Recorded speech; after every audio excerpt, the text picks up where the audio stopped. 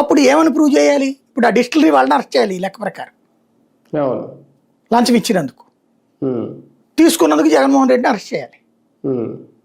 ఇలాంటి పాలసీ చేసినందుకు అధికారులను అరెస్ట్ చేయాలి ఐఏఎస్ని. ఉమ్. పాలసీ ఎప్పుడూ కూడా చట్టంగా చేయడం వేరు, ప్రభుత్వ ఆదేశాలతో చేయడం వేరు. ఉమ్. ఈ డిస్టిలరీ నుంచి కాకుండా ఆ డిస్టిలరీ నుంచి కొను, ఇది చట్టం అక్కర్లా, అది అధికారి చేస్తాడు. అవును. అంతే కదా.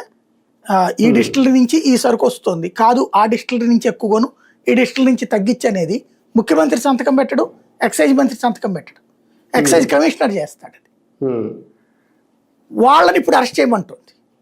ఉమ్. ఇప్పుడు చేశారనుకోండి, ఐఏఎస్లు రివోల్ట్ అవుతారు రేపు పొద్దున.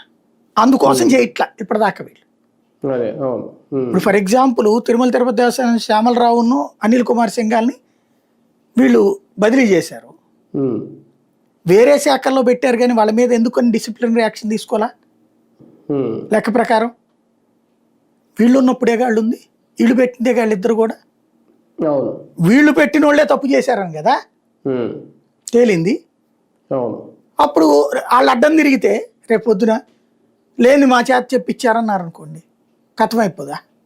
అదే కదా. ఉమ్. వీళ్ళు చెప్తేనే చేసామంటే కథమైపోదా? అదే కదా. ఉమ్. ఉమ్. అలాగే కాకుండా రేపు మిగతా ఐఏఎస్లు